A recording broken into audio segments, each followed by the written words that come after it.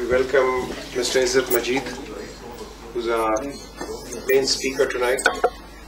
اور عزت مجید صاحب کے متعلق سب کو پتہ ہے کہ he has a lot of business concerns in Pakistan, outside Pakistan. A patriot, thinks very deeply about Pakistan, has a lot of concern, has been a keynote speaker in the House of Lords, in the House of Parliament, in Asia House, and of course جنہوں نے web site آپ نے ساروں نے دیکھ لی ان کی. So he needs no introduction on that. پہلی بات تو پاکستان کی یہ ہے کہ ہم ہمیشہ ایک سٹیٹک فوٹو دیکھتے ہیں، کل کیا ہوا، پرسوں کیا ہوا، اور اس کی بنیاد پہ ہم انالیسس کرتے جاتے ہیں، اور جو ایک کلیکٹیو میموری ہے پاکستان کی وہ آہستہ آہستہ بھولتے جاتے ہیں. تو نتیجتاً جو انالیسس ہے وہ صرف اس وقت کا ہوتا ہے جو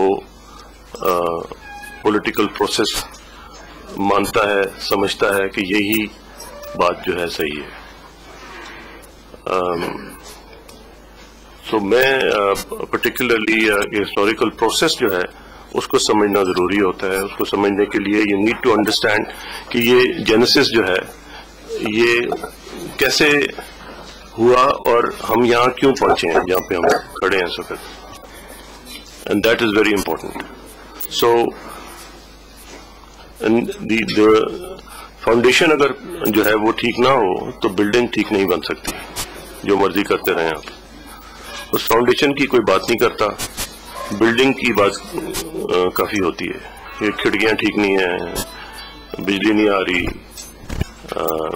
کھانے کو نہیں ہے، غربت ہے. بٹ nobody talks about اس کی why is it so. اور یہ وہ ملک ہے جو لیٹ 60s تک ایک ماڈل ڈیولپمنٹ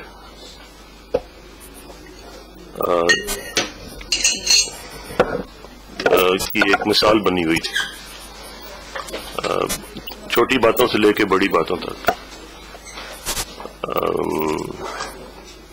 پی آئی اے نے سنگاپور ایئر لائنز بنائی، ایمریٹس بنائی، دنیا کی ٹاپ 3 ایئر لائنز میں مانی جاتی ہے. آج آپ حال دیکھ لیں. کوریا کا پہلا ڈیولپمنٹ پلان 1965 میں پاکستان کی پلاننگ کمیشن نے بنایا، اور اس پہ پلان پہ انہوں نے عمل کیا. تو آج کوریا کہاں ہے اور ہم کہاں ہیں. سو یہ ساری باتیں جو ہیں ان کی اس کے بارے زیادہ بحث نہیں ہوتی کہ ان کو ٹھیک کیسے کیا جا سکتا ہے، آیا ٹھیک کیا جا سکتا بھی ہے کہ نہیں. So that I will just want to make a few points about this process rather than کہ آج کیا ہو رہا ہے. آج یہ ہو رہا ہے، ویسے اگر وہیں سے شروع کریں، آج یہ ہو رہا ہے کہ لوگ جو ہیں وہ تحریر اسکوائر کو ڈھونڈ رہے ہیں. کب نکلیں گے، کب آئیں گے، یہ کسی کو نہیں پتا. سمجھ نہیں آتی کہ اس جبر کے ماحول میں، اس مفلسی میں، اس بالکل ایک آوارہ حکومت میں یہ جو ہم لوگ ہیں وہ بولتے کیوں نہیں.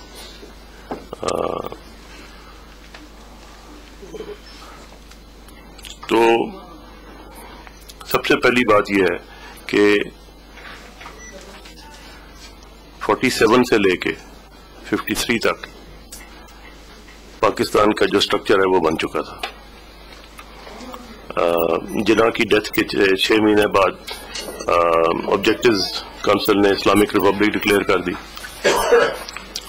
53 تک احمدی رائٹس ہوئے. لاہور میں پہلا مارشل لاء لگ گیا 53 میں. تو سب کو خون لگ گیا، ان کو پتہ لگ گیا کہ یہ جو ایک ٹرائیوکا کی دوستی ہے، ان کے ساتھ مل جل کے کام ہو سکتا ہے. فوج، بیوروکریسی اور جاگیرداری، وہی کسی رنگ میں، اچھے رنگ میں، برے رنگ میں وہ چلتا رہا ہے. آج تک ہمارے پاس وہی سچویشن ہے. لوگ کہتے تھے پہلے کہ فوجداری کے ساتھ یہ ہوا ہے کہ یہ وہ فوج ہے جس کے پاس ایک ملک ہے. اب یہ کہتے ہیں آج کہ یہ وہ فوج ہے جس کے پاس ملک بھی نہیں رہا. سو سچویشن جو ہے وہ کافی گمبھیر ہے. We are on the verge of something very cataclysmic. We are on the verge of major earthquake. ہمارے پاس ایک سونامی آنے والی ہے, چاہے وہ باہر سے آئے, وہ امریکہ سے آئے یا ہمارے اندر سے آئے. لیکن جو ابھی پروسیس چل رہا ہے یہ نہیں چل سکتا.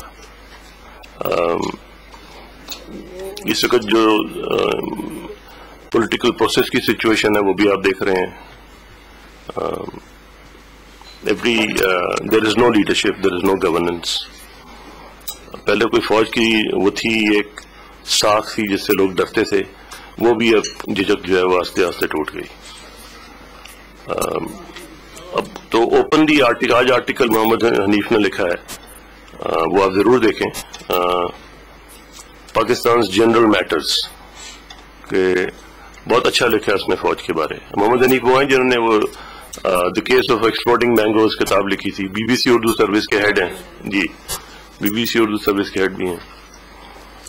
بہت مزے کا آرٹیکل ہے, اس کو پلیز پڑھیے گا. گوگل پہ جا کے لکھیں بس پاکستان جنرلز. تو ویسے بھی ہماری صحت کے لیے ضروری ہے کہ اگر ہر تیسرے چوتھے دن ہم گوگل پہ جا کے پاکستانی جنرلز لکھ دیں تو بڑا کچھ مل جاتا ہے بیچ میں سے, روز کچھ نئی چیز نکلتی ہے. سو اسینشلی جتنے ارتھ کویکس آئے ہیں ان کے بعد کسی نے کوئی سبق حاصل نہیں کیا. ایوب خان کی چھٹی ہوئی ناٹ بیکاز کہ چینی چاندر نے بڑھ گئی تھی 1968 میں اور اسٹوڈنٹس باہر آ گئے تھے, اور وہ اس نے شریف آدمی تھا, اس نے کہا چلو چھٹی کریں یہاں سے, گولف شولف کھیلتے ہیں, یا کو پکڑا گئے. اس کے بعد جو بنگال میں ہوا ہے وہ آپ کو پتہ ہی ہے, اس کی پوری میموری اس وقت جو ہے وہ اریز کر دی گئی ہے, ڈیلیٹ ہو گئی ہے. ان باتوں کو دہرانے کی ضرورت نہیں ہے, لیکن یہ پروسیس جو ہے یہ آج ہمیں کھا رہا ہے. اس کی there is a continuing cancer that is developed and nobody is treating it.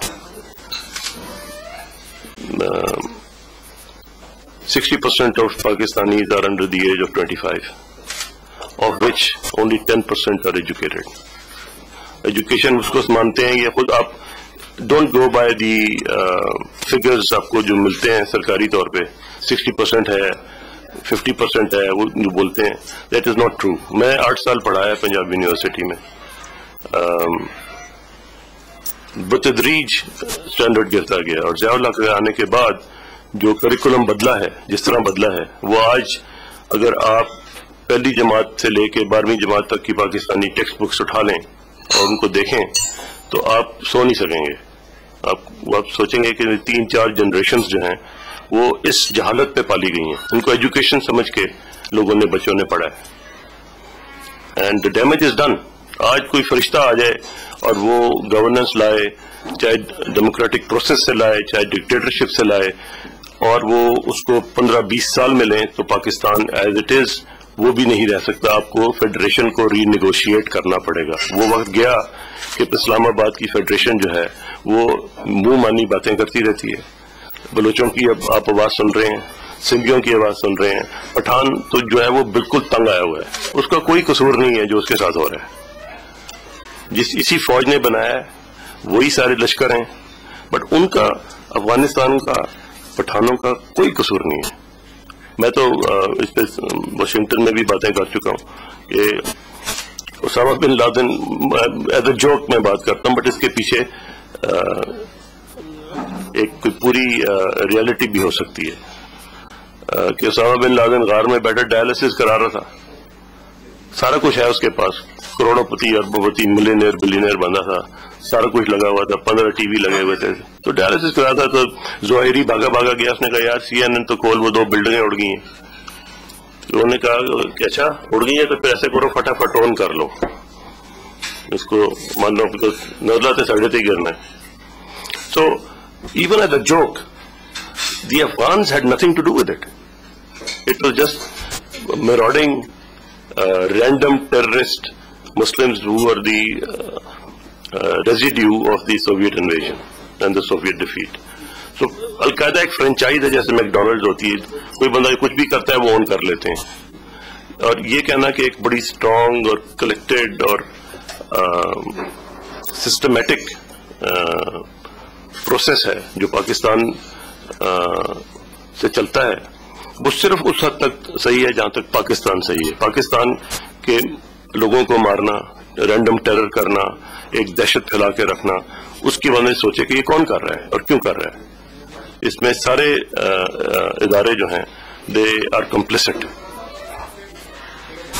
سو جہاں پہ ایجوکیشن نہ ہو, جس کے بغیر کوئی تہذیب زندہ نہیں رہ سکتی, جہاں پہ ایک انفراسٹرکچر نہ ہو, بیسک ضروریات جو ہیں وہ کم سے کم جو بنیادی ہیں وہ بالکل ہی نہ ملیں, اور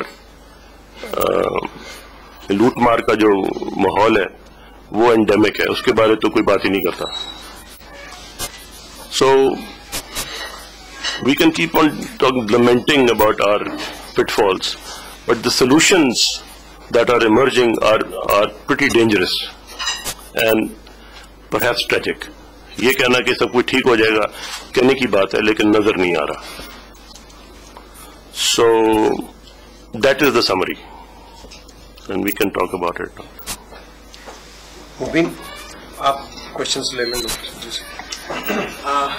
میرا خیال ہے کہ باری باری سارے جو کوشچن کرنا چاہیں, اور سب سے پہلے اپنا تعارف ہے آرگنائزیشن کا, اور پھر ایک کوشچن کریں, اگر دوسرے کوشچن کی نوبت آئے تو وہ بعد میں ہم کریں تو زیادہ بہتر رہے گا. جی, میرا نام اطاول حفیظ, یو کے ٹائم سے میرا تعلق ہے.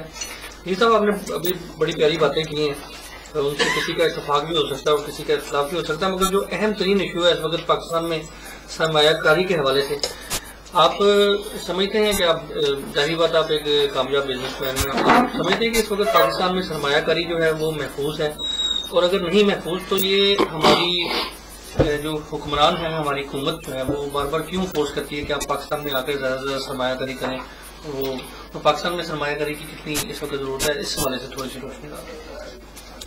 جی, سرمایہ کاری تو کیپٹل جنریشن جو ہے وہ تو فنکشن ہے کانفیڈنس کا, اور کسی بھی سرمایہ دار کو اس وقت کوئی کانفیڈنس نہیں ہے کہ پاکستان میں پیسہ لگا کے کچھ ملے گا. اگر وہ نارمل بزنس پریکٹس چاہتا ہے, اگر وہ ایک پورے کرپٹ پروسیس میں کھیلنا چاہتا ہے تو بہت پیسہ ملے گا. سو دو طرح کی چیزیں ہو رہی ہیں. یہ آپ کو یہ جو پاور پلانٹس جہازوں پہ آتے رہے ہیں ان کا حشر دیکھ ہی لیا آپ نے, چاہے وہ چلیں چاہے وہ نہ چلیں, واپڈا ان کو پیسے دینے پڑتے ہیں. یہ کانٹریکٹس ہیں ہمارے. میرے پاس بلوچستان میں اور سعودیوں کے پاس میرے پارٹنرز بھی ہیں, ہم نے کوئی وہاں پہ 30-40 ملین ڈالر خرچے, لیکن حالات ایسے بنے کہ وہ جو فورنرز تھے وہ کام نہیں کرنا چاہتے بلوچستان میں. آج کل چائنیز کر رہے ہیں تھوڑا بہت کام, لیکن وہ ساورن انویسٹمنٹ ہے, that is a different game. آپ انٹرپرینیورس کی بات کر رہے ہیں, ساورن انویسٹمنٹ اور چیز ہے, اس پہ ان کی پروٹیکشن اپنی ہوتی ہے. So yes, the climate for investment is not there, اس لیے نہیں ہو رہی. جتنی بھی ہاں, ہم ایک تھوڑی سی وضاحت کرتے ہیں کہ ہم چاہیں گے کہ جس طرح آپ کا ایکسپیرینس ہے پروجیکٹ مینجمنٹ میں بھی ہے, پاکستان میں سرمایہ کاری کے حوالے سے بھی, تو ہمیں اس کا کوئی اگر آپ کو مناسب حل بھی بتاتے جائے تو یہ بڑی اچھی چیز ہوگی, تاکہ عوام کے لیے کچھ تھوڑا سا جو مثبت پہلو ہے وہ سامنے آئے کہ ہاں کچھ ہو سکتا ہے. اگر نہیں ہو رہی تو اس کے لیے کیا میز جو ہے وہ کرنے کی ضرورت ہے. انفراسٹرکچر بنائیں, بجلی دیں, تعلیم یافتہ لیبر فورس دیں, گارنٹی دیں کہ آپ کو اوورٹلی کرپشن سے مارنی پڑے گی, تو بالکل سرمایہ. پاکستان کی اکانومی جو ہے یہ ایک بڑی ریزیلینٹ اکانومی ہوتی تھی. 5 دریا بہتے تھے, ایگریرین سٹرکچر بہت اسٹرانگ ہے, ہماری ایگرو بیسڈ انڈسٹری جو ہے وہ بہت پروفیٹیبل ہے, لیکن وہ آہستہ آہستہ اس سے سارا کچھ لے لیا گیا ہے. حالانکہ اگر آپ جاگیرداری کی بات کریں تو ان کو تو کوئی tax. The other thing that is fundamental there is no taxation regime. 1% لوگ بھی ٹیکس نہیں دیتے. ہم جیسے لوگ جن کی یا تنخواہیں سے کٹ جاتی ہے یا جو پکڑے جاتے ہیں جن کو دینا پڑتا ہے, باقی تو کوئی ٹیکس نہیں دیتا. سو اس پروسیس میں دنیا کیپٹلزم جو ہے اس کی ایک بنیادی اصول ہے کہ جبر بھی ہو اور کرپشن بھی ہو اور ڈیموکریٹک پروسیس ہو یا نہ ہو, جو قواعد بنائے ہیں جو جس کے لیے ایک آدمی پیسہ لے کے آتا ہے, کیپٹل لے کے آتا ہے, وہ تو قائم رہے نا. یہ تو نہیں کہ وہ روز ہی بدلتے جائیں. آج ایک وزیر ہے تو کل دوسرا وزیر ہے تو اس نے کہا بھائی پہلے پیسے تھے تو آج کے بھی پیسے دو. تو یہ پروسیس جو ہے یہ بہت ڈپریسنگ ہے. یہ کہہ دینا کہ نہیں جی بڑا اچھا ہے ہو جائے گا. تو اپنے ملک میں آپ پیسہ لے کے آ رہے ہیں, اپنے ملک میں آپ لوگوں کو انکریج کرنا چاہتے ہیں کہ آپ آئیں سرمایہ کاری کریں اور ہم آپ کو بیسک سٹرکچر پرووائڈ کرتے ہیں. یہ تو بنیادی بات ہے ساری دنیا میں اور یہ ہمارے پاس نہیں ہے.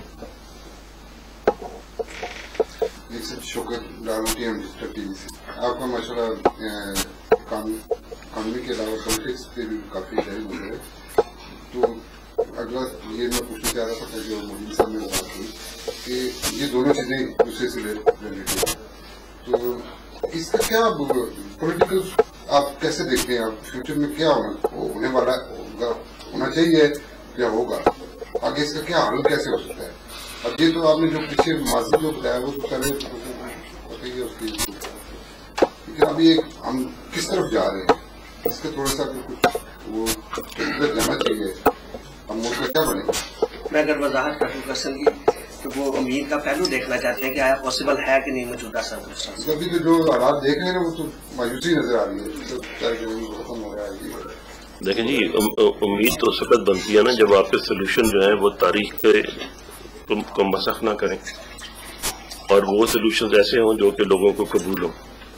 اب یہاں بیٹھے ہم جو مرضی سولوشن دیتے رہے. آپ آج کل کو بلوچستان انڈیپینڈنس ڈکلیئر کر دیں انڈر دی امریکن فلیگ اور انڈر دا چائنیز فلیگ, کیا کر لو گے آپ؟ کیا ہو, کچھ بھی نہیں ہوگا. کیا فوج چلی جائے گی؟ فوج کی تو پیٹیاں نہیں رہیں. امریکہ سے تنخواہ ملتی ہے ہر مہینے. تو کہنے کا مقصد یہ ہے کہ آپ اپنی جب اسٹرکچر ہی آپ کے پاس نہیں رہا, آپ اس کو بناتے نہیں ہیں, تو امید تو اس وقت آئے گی جب آپ دیکھیں کہ کچھ ہو رہا ہے. خالی باتوں سے تو کچھ نہیں ہوتا.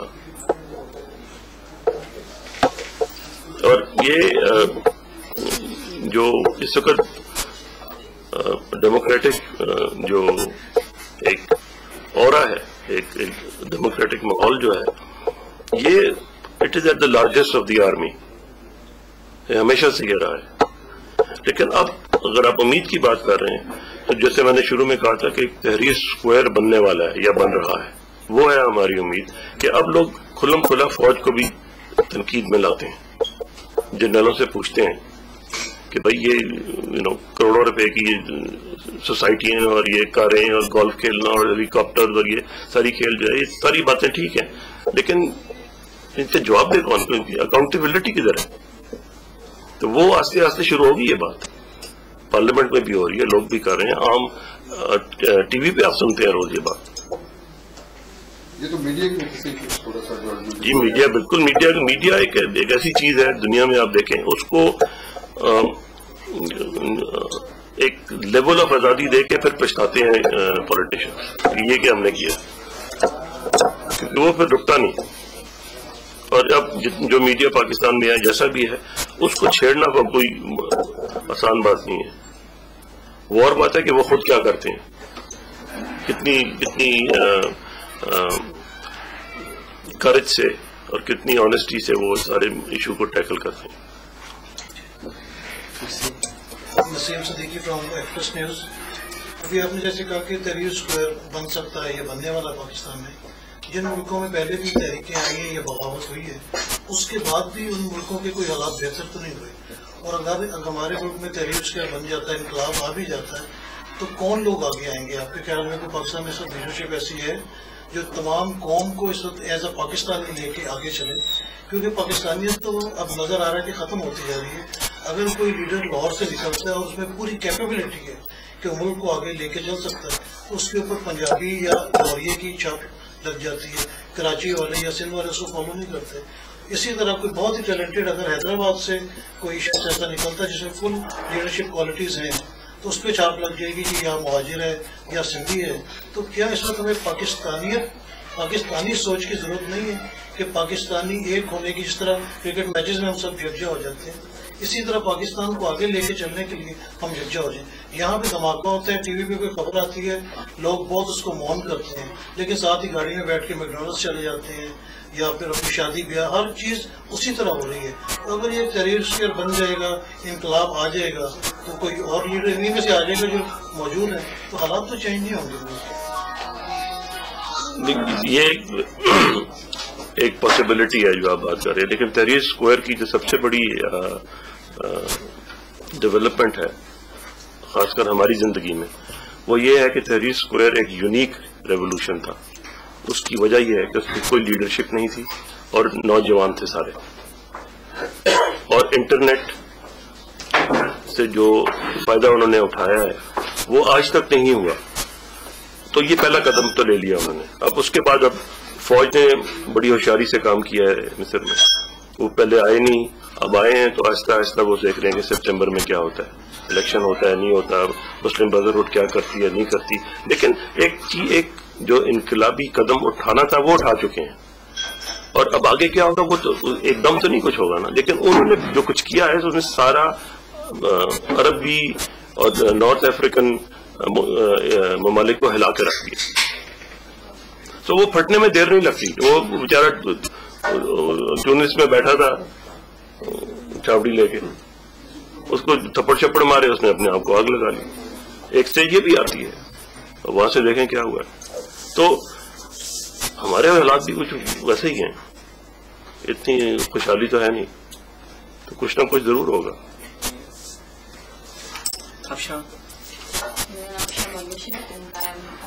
Founder and Secretary of this press club and most recent Vice President for this club. And I'm doing my PhD in International Law and Conflict Writing. میں یہ پوچھنا چاہتی ہوں کہ جو آپ کا انویسٹمنٹ اگر مسئلہ ہے پاکستان کا biggest problem is because of law and order situation and terrorism, یا وہاں کی جو ریڈ ٹیپزم ہے یا وہاں کی نان کوپریشن ہے، پولیٹیسائزیشن، اس کی وجہ سے نہیں جا رہا یہاں سے انویسٹمنٹ باہر سے پاکستان میں، یا ان دونوں میں سے کیا وجوہات ہیں؟ یا لا اینڈ آرڈر ہے یا ان کا اپروچ ہے گورنمنٹ؟ آئی تھنک دونوں ہیں. لیکن دیکھیں کرپشن جو ہے it is never an issue. کوئی ملک ایسا نہیں ہے اس دنیا میں جو کرپٹ نہیں ہے یا کرپشن نہیں چلتی. امریکہ میں سینیٹرز بکتے ہیں، یہاں پہ 11,000 وہ پاؤنڈ کی غلط پیمنٹ کر کے جیل میں چلا جاتا ہے. تو یہ تو سارا کچھ چلتا رہتا ہے.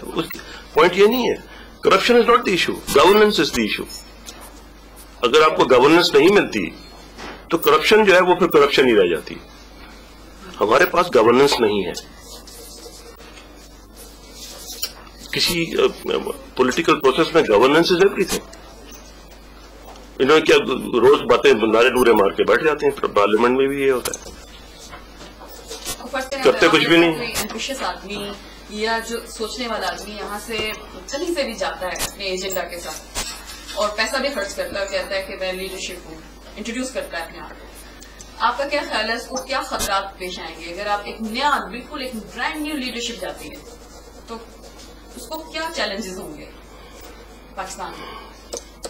اس کو ایک 12 سال کا بچہ آ کے اڑا دے گا کسی مولوی نے کہنا ہے. اور یہ سوسائڈ بمز بھی کرائے پہ چلتے ہیں. حالت یہ ہے اس کا اسلام سے مذہب سے یو کین بائی دیم. وہ یاد ہے وہ جو کتنے یار ایسی میاں ولید والا ایم این اے جو وہ پکڑا بھی گیا تھا. سو اب تو یہ میں جب جاتا ہوں، میں ہر دوسرے مہینے جاتا ہوں پاکستان، راہ نہیں جاتا، لوری تو لوری ہے نا، جانا پڑتا ہے. تو جس سگنل پہ بھی رکتے ہیں سارے سہمے ہوتے ہیں. ریڈ سگنل سے لوگ ہوتے ہیں یار ایسے میں کچھ ہو جائے. ڈیپ اسٹیٹ کا کیا رول ہوگا اس میں آپ کے خیال میں؟ یہ نہیں کہ آپ چونکہ انجینئر کرتے ہیں ساری سچویشن کو شروع سے، اب تو پروو ہو چکا ہے نا ان کا پولیٹیکل سیل ہے, ان کی پولیٹیکل ول ہے. اب جو شخص جائے گا اس کو سب سے پہلے تو میرے خیال میں وہ ڈیپ اسٹیٹ کو فیس کرنا پڑے گا, کیونکہ وہ ایک نیا. دیکھیں شخصیات سے ابھی بات نہیں بنتی. ایک بندہ کیا کر لے گا, چاہے دنیا کا امیر ترین آدمی ہو, ٹائم اٹس اے پروسیس, اور پولیٹیکل پروسیس آپ کے سامنے ہے. پیپلز پارٹی آپ دیکھ چکی ہیں کیا ہو رہا ہے, مسلم لیگ نواز شریف کی آپ دیکھ چکی ہیں کیا ہو رہا ہے. زیرو, کچھ بھی نہیں ہو رہا. نعرے بازی چل رہی ہے, امریکہ نے اڑا دیں گے, وہ اس پہ لگا ہوا ہے, کوئی ڈرونوں کے پیچھے پڑا ہوا ہے. کیا کریں گے بھائی؟ پوائنٹ یہ ہے کہ جس کی بھیک مانگتے ہو, جس کا جھوٹا کھانا کھاتے ہو, ان سے کیا لڑو گے؟ آج اگر امریکہ نارتھ وزیرستان میں گھسا ہے فار ایگزامپل, تو کیا پتہ کیا ہوگا؟ مسلمان 5-6 ہزار مسلمان مر جائیں گے, آپس میں مار دیتے ہیں, کنٹکی فرائڈ چکن اڑا دیں گے, کوئی میک ڈونلڈ کو اڑا دیں. وہ جب حضور صلی اللہ علیہ وسلم کے کارٹون بنے تھے تو 7,000 مسلمان مر گئے جلسوں جلوسوں میں. تو جس نے بنائے تھے وہ کہہ رہے تھے یار مسلمانوں کو مارنے کا تو اچھا طریقہ ہے, میں کارٹون ہی بناتا جاتا ہوں, آپ ہی مار جائیں گے ایک دوسرے کو.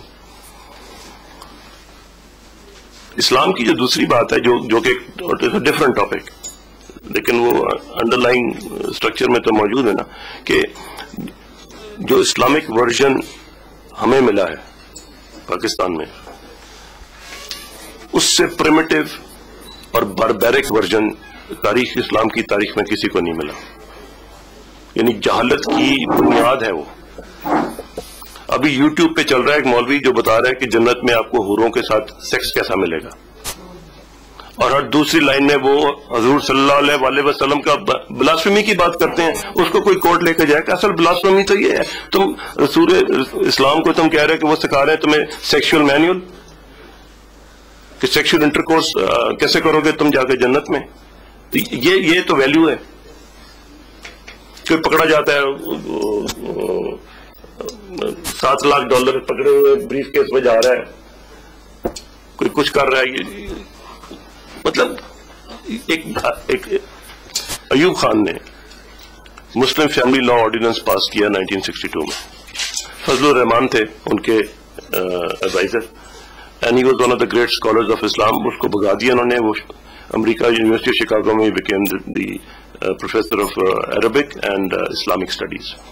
اس کی کتاب ضرور پڑھیے گا اسلام پہ. اس فیملی لا آرڈیننس میں جو سب سے بڑی بات ہے وہ یہ نہیں ہے کہ آپ دوسری شادی کرنے سے پہلے پہلی بیوی سے سائن کرائیں, اجازت لیں. یہ بڑی بات نہیں ہے. بڑی بات یہ ہے کہ آپ نے قرآن کو انٹرپریٹ کیا ہے. آپ نے اپنے قرآن میں جو ایک آپ کو سجیشن دی گئی ہے, 4 شادیوں کی سجیشن ہے. اللہ میاں 1 2 3 4 کہہ کے بولتے ہیں, یہ نہیں کہ 4 جا کے 4 شادی. اور پھر یہ بھی وارننگ بھی دیتا ہے کہ تم بہتر ہے کہ ایک ہی کرو, بیکاز مشکل کام ہے, نہیں کر سکو گے جسٹس سب کے ساتھ. تو اس کی انٹرپریٹیشن انہوں نے اس طرح کر دی. آج تک وہ آرڈیننس ریپیل نہیں ہوا under the worst of circumstances. Zia-ul-Haq نے نہیں کیا, کوئی نہیں کیا, تو چل رہا ہے ابھی تک. تو اگر آپ ایک انلائٹنڈ روشن خیالی نہیں لائیں گے اپنے مذہب میں, اس کی انٹرپریٹیشن نہیں کریں گے جو آج کی دنیا میں سمجھ آئے ینگر جنریشن کو. آج بچہ اٹھتا ہے مڈل کلاس کا, اس کے پاس کمپیوٹر ہوتا ہے یا کسی سے لے لیتا ہے, وہ ساری دنیا اس کے پاس ہے. تبھی تک یہ ہمارے نیوز پیپر دن بہ دن پڑھنا چھوڑ دیا لوگوں نے.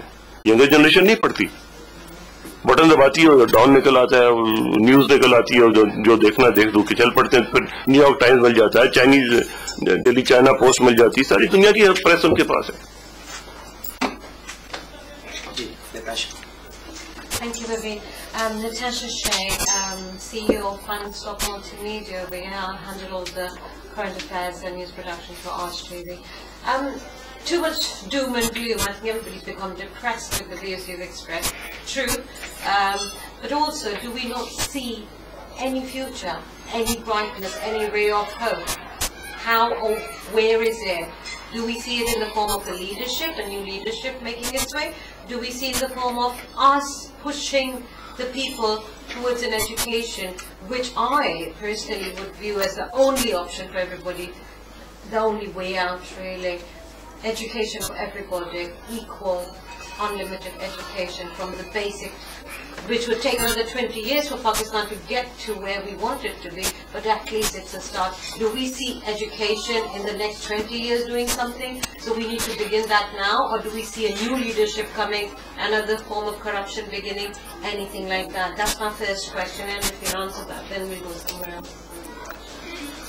No society can develop without education, and we don't have it. There was a time when it existed. Now it's basically you get all kinds of degrees. There are universities galore attached to this and that place, here and there.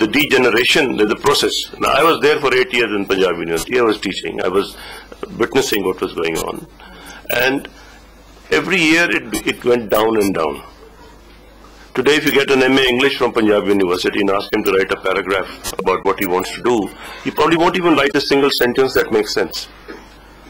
So, the quality, I'm exaggerating, but it is good to exaggerate that, sort of put some veneer on it. Our colleges, medical colleges, our engineering colleges, people used to go straight to Harvard or Oxford, straight out of the university. It was recognized as an institute of learning. These days, the money is around. Your education budget is less than 1%. The army budget is 20%. So, without any funding, how will you recruit the people?